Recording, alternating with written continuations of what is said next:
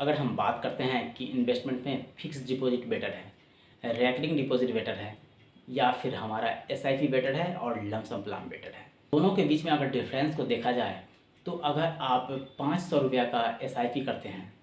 और 500 रुपया का रैकरिंग डिपॉजिट करते हैं, दोस्तों 25 सालों में अगर आप देखेंगे तो रैकरिंग डिपॉजिट में आपको लगभग ऐसे वही 5% का ऐसे ब्याज मिलेंगे या 6% का ब्याज मिलेंगे। फिक्स डिपॉजिट में भी इसी तरह से ब्याज मिलते हैं, 5 से 7% के बीच में ऐसे ब्याज मिलते हैं। बट अगर आप ऐसे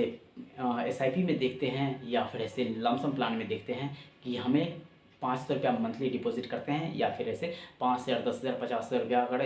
लमसम में इन्वेस्टमेंट करते हैं, देखते हैं कि हमें कितना का प्रॉफिट होता है। अगर 25 साल के लिए इन्वेस्टमेंट को कंटिन्यू रखते हैं तो देखेंगे वहाँ पे आपको करोड़ों का फंड तैयार हो चुका रहता है। रैकरिंग डिपॉजिट या फिर फिक्स डिपॉजिट में देखा जाए तो आपको दोस्तों 1.5 से 2 लाख, 3 लाख, 4 लाख रुपये तक का फंड तैयार हो सकता है। बट अगर ऐसा वहाँ पे देखते हैं तो मैंने बताया करोड़ों का फंड है, तो आप डिफरेंस दोनों के बीच में देख सकते हैं कि दोनों के बीच में कितना का डिफरेंस है दोस्तों। तो इसी से कंपेयर आप कर सकते हैं कहाँ पे आपको 5% का रिटर्न मिलता है और कहाँ आपको 20 से 25% का रिटर्न मिलता है। और ये रिटर्न एक महीना नहीं मिलता है।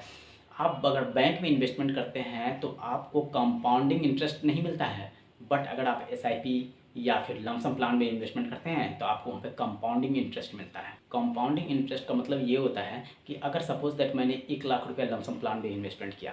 और हमारा अगला साल वो 1,20,000 हो गया, तो हमें दूसरा साल है 1,20,000 रुपये हमें इंटरेस्ट मिलेगा। बट अगर आप इन्वेस्टमेंट करते हैं बैंक में, एफडी में इन्वेस्टमेंट करते हैं तो 1 लाख रुपये आप फिक्स डिपॉजिट करते हैं और अगला साल आप जो भी इन्वेस्टमेंट पे रिटर्न मिलता है 5,000, तो 1,05,000 टोटल हो गया। बट आप 1 लाख रुपया ही वहाँ पे इन्वेस्टमेंट किए हैं, तो सिर्फ 1 लाख रुपया के लिए अगर आप 25 सालों के लिए इन्वेस्टमेंट कर रखे हैं फिक्स डिपॉजिट, तो सिर्फ 25 साल तक स्टेगनेंट आपका इंटरेस्ट रेट चलते रहता है और लास्ट में आपको वो कैलकुलेट कर आपको दे दिया जाएगा और आप ऐसे वहाँ से देखेंगे तो बहुत छोटा फंड तैयार हो चुका रहेगा। 1 लाख का बहुत हो सकता है दोस्तों,